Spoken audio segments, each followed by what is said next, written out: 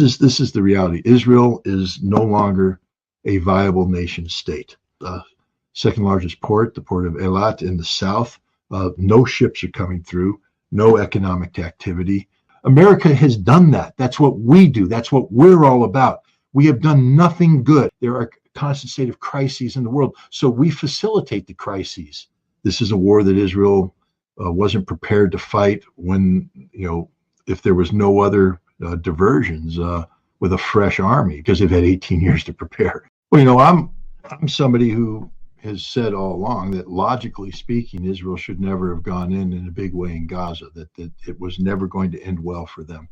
And unfortunately, history has proven me correct on this. We're more than a year in, and Gaza is not defeated. I think I pointed out earlier the Hamas is reemerging in northern in Gaza. I mean, Israel had built a corridor in the middle of Gaza, splitting it. The goal was to basically totally pacify the north, where the rocket attacks were primarily coming from that threatened Ashkelon and other things. Hamas is back there coming out of the ground, firing rockets, and Israel will never defeat them.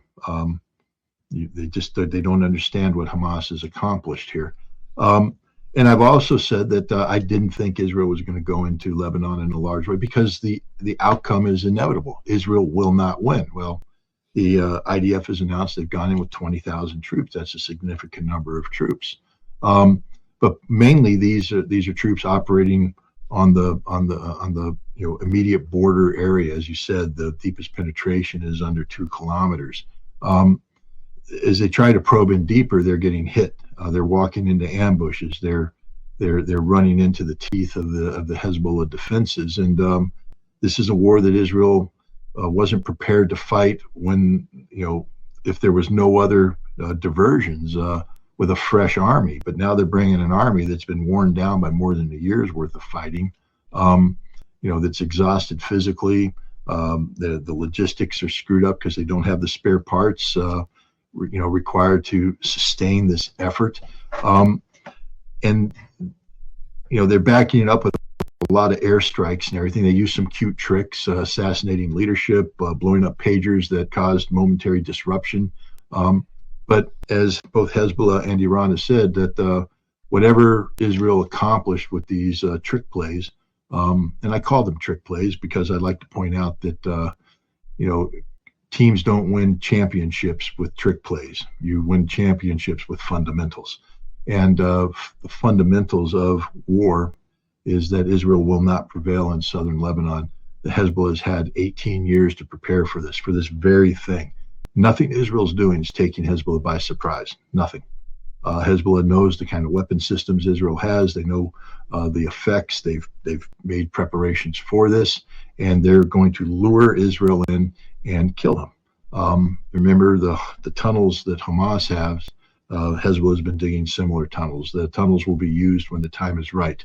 Bring the Israelis in deep enough, cut them off, kill them, and you'll find that there's far more tunnels that reach deeper inside Israel than Israel knows. Israel, found a handful of them and are blowing them up and talking about them, but there's more. There's always more because they've had 18 years to prepare. You don't think in 18 years all they did is put out 3 tunnels that crossed into the, right across the border. No, they've put tunnels that go in deeper. And just take a look at the scope and scale of some of the tunnels that existed in Gaza that Israel's found.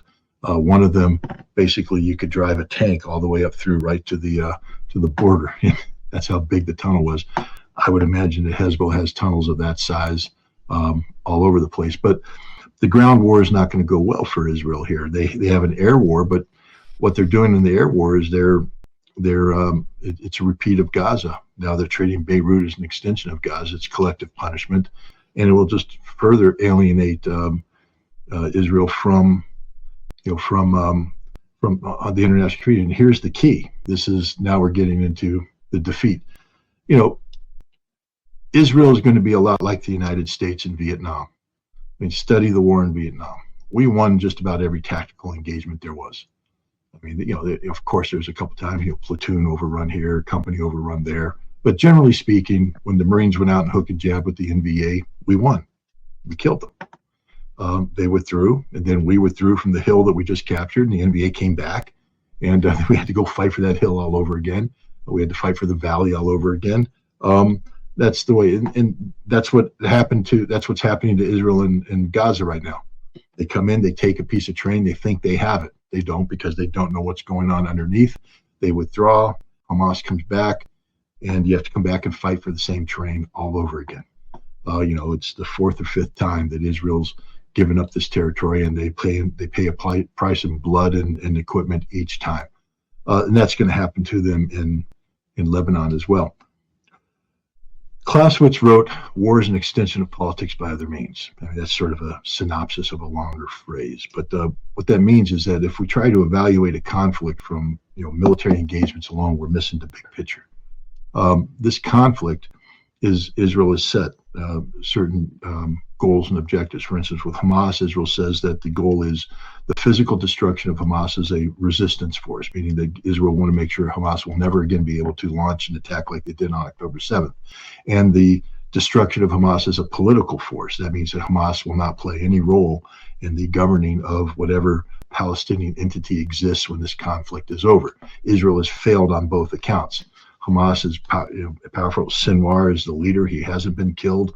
And the resistance fighters, are not only continuing the resistance, but they've recouped many of their losses. One of the things about bombing civilian populations, especially in a guerrilla type conflict, is for every terrorist you kill, you end up killing a whole bunch of innocent civilians, which means that you create new terrorists, new resistance fighters who come out. And Hamas has, I think, claimed that they've brought in 3,000 recruits during this time. And they say, well, what about training? Well, the resistance fighters in Gaza. Sinwar talks about children of the camp. These are all children of the camp. Every one of the fighters he has is a child of camp. What that means is that you were born and raised in Gaza. You know Gaza like the back of your hand. And that's the key. They know Gaza like the back of their hand. The Israelis don't. They're coming in. It's foreign territory. And they're never going to win. That's the same thing in southern Lebanon. Hezbollah spent 18 years preparing for this. They've walked every inch of that ground. They have everything pre-designated. They have their ambushes set up. And Israel is just going to walk into one trap after another trap after another trap. It'll go on forever. Israel has said that their goal and objective now with Hezbollah is to eliminate it as a political entity and as a military entity. They've altered that. It was simply to get them behind the Litani River. They're not going to be physically able to do that. But now they've said, no, we want to eliminate them. Well, they're not going to do that. So Israel set unattainable goals. What's happened to Israel in setting these unattainable goals? Israel's destroying itself. And this is why the article is about the end of Israel. Economically, Israel is a basket case. In September of 2023, September 9th, Joe Biden was in New Delhi, India, where he announced this new initiative called the Middle East European Economic Corridor. This is a grand plan designed to defeat the Chinese Belts and Roads Initiative, to serve as a counter to the Suez Canal route, to serve as a counter to Russia's St. Petersburg, to the Persian Gulf rail network. And the key to this was Israel.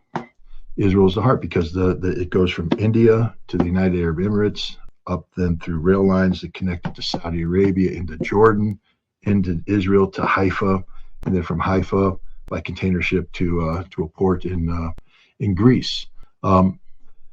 Benjamin Netanyahu that same day put out a press release. He said, this is the most important thing that's happened to Israel ever. He said, this will change the face of the Middle East and Israel forever.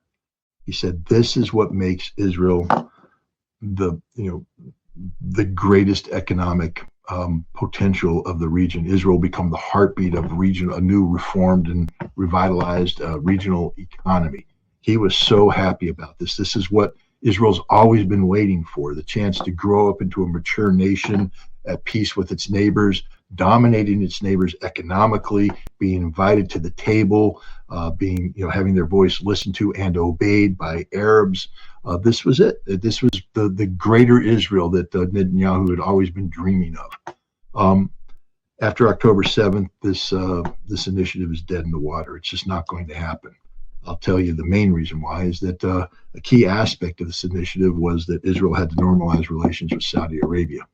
They were on the cusp of doing this. Literally, they were very close to this normalization, part of the Abrams Accords. Saudi Arabia now has said that while they haven't shut the door on normalization, they will not normalize relations with Israel until which time there's a Palestinian state and its capital's in Jerusalem. Israel has said under Netanyahu that this will never happen. So if Israel says it's never going to happen, then relations will never be normalized, which means the India, Middle East, European Economic Corridor is never going to happen. The greatest thing ever to happen to Israel will never happen. And this is just the beginning of the bad economic news, because now Israel will never have a chance to become this powerhouse that it wanted to become. Instead, the reality sets in. Last year, Israel took a $67 billion economic hit. This doesn't include the cost of the war. This is just loss of tourism, unemployment, loss of jobs, lack of investment. Nobody's investing in Israel right now because it's a horrible place to invest. Israel's become a place that many people don't want to live in. It's funny, I wrote this article, then almost immediately the BBC played an interview with somebody who made the same arguments. He said that nobody wants to raise children here. Nobody wants to. This isn't where your families come. This isn't where you come to retire. This isn't the land of milk and honey. This is a place where every day you have to worry about missiles raining down on you. People are fleeing their homes. It's completely unstable from an economic standpoint, and that translates into societal instability. There's a significant percentage of Israelis who hold dual passports, and it's not just the physical holding of the passport, but the fact that the vast majority of the Israelis come from Europe, and the way European law is that if you can trace your lineage back to, I think, through your parents to your grandparents, that you can claim citizenship and get your passport. And we're starting to see Israelis flee Israel, and when they start to flee in significant numbers, you get a demographic shift that's not in favor of a greater Israel. It's in favor of not just a two-state solution, but a one-state solution called Palestine.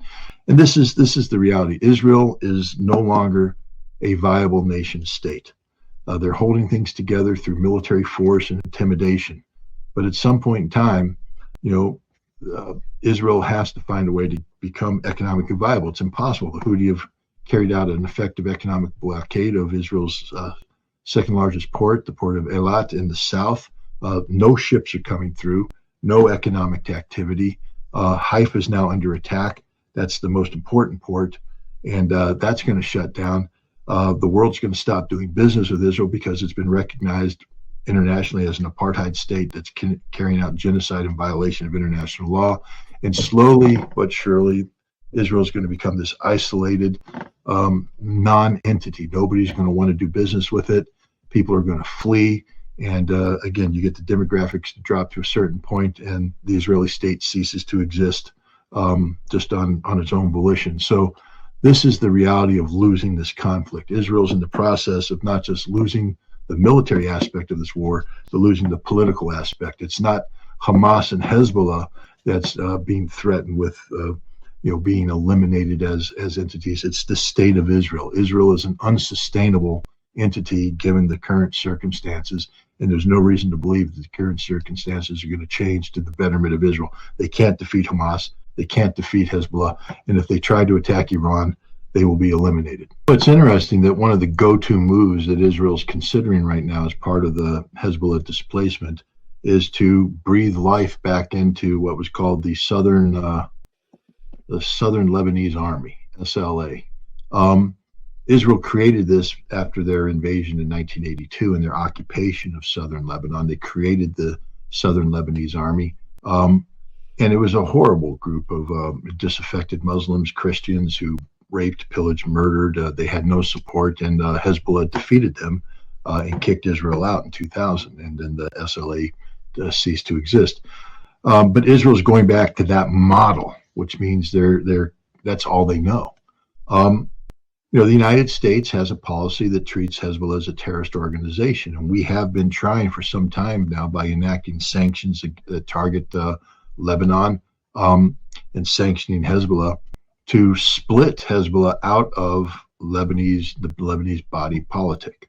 But it hasn't worked. Hezbollah has actually become a viable political party, one of the most powerful political forces in Lebanon. It is part of the Lebanese government, and what we're saying is that when we say we want to push Hezbollah aside, we're declaring war against Lebanon, and that's the difference in the past. You see, in the past, when Israel occupied Lebanon, Hezbollah was not considered an extension of Lebanon. Hezbollah was a resistance group primarily in the south of Lebanon, but it was at odds with the Lebanese government and with other militias. The Amal militia, Hezbollah was derived from it, but there were some clashes there.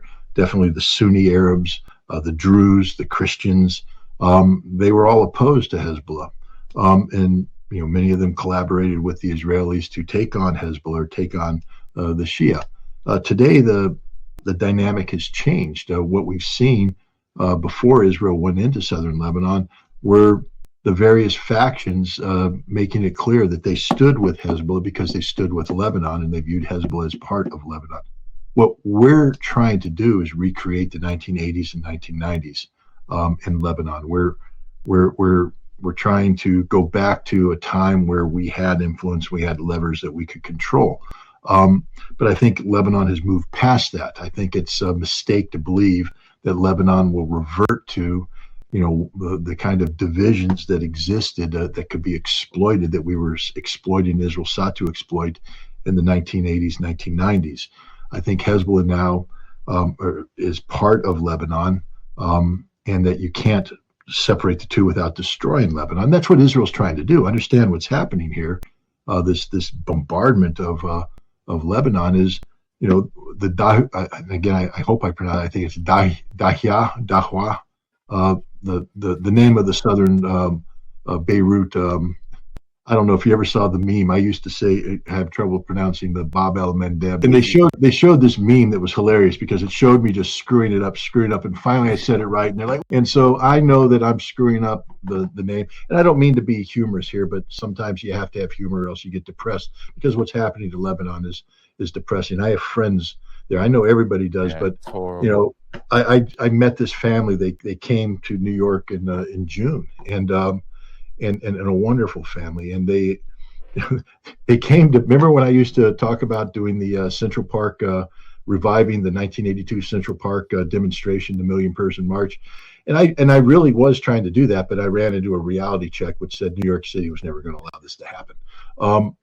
And so we moved away to, trying to create waging peace documentaries and all that. But I guess I forgot to make the public announcement because when they heard it the first time, the wife, a wonderful lady, she went to her husband and said, "We're taking vacation in June. We're going to New York City, and we are going to be part of this demonstration." And they did all the plans. They bought the tickets. They got everything locked up. And her husband, and her daughter flew to New York City. And then she's like, "Well, there's no meeting. There's no rally. What happened?" And she contacted me through Jeff Norman, my co-host on Ask the Inspector, and said, "Hey, we're here." And I said, "Well, I'll meet with you." And so I went down to New York City and had a wonderful lunch with them and talked with them and got to know them. And they're just fantastic people, really salt of the earth type of people. They live in Beirut. And every day, I hear the bombing, I send them a message just to making sure they're okay because I'm very worried about them. And I know there's people that have loved ones there and friends and family, and they're worried about them. And unfortunately, many thousands of them have died, and many thousands more are going to die because Israel doesn't give a damn about these people. Israel is carrying out a policy of collective punishment. And Israel knows it's going to get away with it because it's already slaughtered Palestinians, committed genocide, and it's gotten away with it. Nobody's doing anything to stop them. So Israel's now focused on bombing Lebanon. And the goal is to inflict so much pain on the Lebanese people that they rise up and reject Hezbollah. But I have a feeling that it's going to backfire, that the people aren't going to rise up against Hezbollah because they consider Hezbollah to be part of the Lebanese social and political fabric. And this will just harden the resolve of Lebanese against Israel and against the United States. It's a horrific gamble on the part of the United States to use Israeli genocide, because this is the genocide of the Lebanese people. It is. They're treated as a subhuman class, and they're being murdered um, with no consequence. And America has attached itself to this policy because somehow we think through this genocide we can achieve a policy objective vis-a-vis Hezbollah. It's a sickening reality of American policy that I mean, everybody says that they know this about America, and we should know because we did it in Iraq. We killed millions. We did it in Afghanistan, killed millions. We don't care, and we'll do it again in Lebanon, either directly with our own bombs. We've done that in the past, or indirectly using Israel as a proxy. But we'll kill as many as necessary to achieve this. We don't shed tears over dead Arabs. We don't shed tears over dead brown people. That's just a harsh reality of it. Although I have to say that this family was whiter than I am, so when I say dead brown people, it's just stupid. I mean, we don't even know what we're talking about when we talk about Arabs and the Lebanese and the Levant and the wonderful mix of she's a Russian. She's from Lugansk. She married her husband, who is from Beirut, but he's a Christian, I believe, and I'm sure there's French blood, and there might be other blood, and it's just all this wonderful mix. That's what makes Lebanon such a wonderfully diverse country, is this blend of Mediterranean cultures and peoples and internationalism. And now they're being bombed by this hate-filled genocidal maniac named Benjamin Netanyahu, and Netanyahu's being supported in this by the ignorant Americans who are so indifferent to Arab suffering that we're willing to let Israel commit genocide of the Lebanese people so we can attain an unattainable objective with Hezbollah. It's not going to work. America will fail on this like we failed on everything. This is just an open challenge I have for anybody. And if you see an answer in there, put it up there, and I'd love to hear it. I challenge anybody in your audience right now to tell me one thing America's done since the end of the Cold War that's been beneficial for mankind. One policy initiative, because all I see is us bombing Serbia, expanding NATO, taking out Muammar Gaddafi, allowing Libya to collapse, illegal war of aggression against Iraq and Saddam Hussein. I challenge anybody to give me one thing, just one, that America's done that says, oh, America cares about the world. We don't. All we do is death and destruction. We have become literally the global pariah. We are the worst nation in the world when it comes to treating the world. And it's not just the big ticket stuff. What have we said about Congo? What about the cobalt and all the other rare minerals that are pulled out of the ground in Congo by little children who rush down there with their hands, and they do this, poisoning their bodies, and they're going to die a miserable death with half the life expectancy? What about the millions of Congolese who have died in the ongoing fighting that takes place, which we facilitate because we want that kind of chaos so that we can gain access to these materials which we need for our cell phones? America has done that. That's what we do. That's what we're all about. We have done nothing good. We have a military-industrial complex that can only exist when there are constant state of crises in the world. So we facilitate the crises. And when it might sound like a little policy thing that the stupid Georgetown postgraduate people talk about in their little seminars, but each one of these policy things about generating crisis results in dead human beings, hundreds of thousands, if not millions of them, and it's all America's fault. We haven't done anything that's good, nothing. Everything we've done is bad. And I hate to say that as an American, but it's the truth. There's not one single foreign policy initiative that we've undertaken that was done for the benefit of humanity.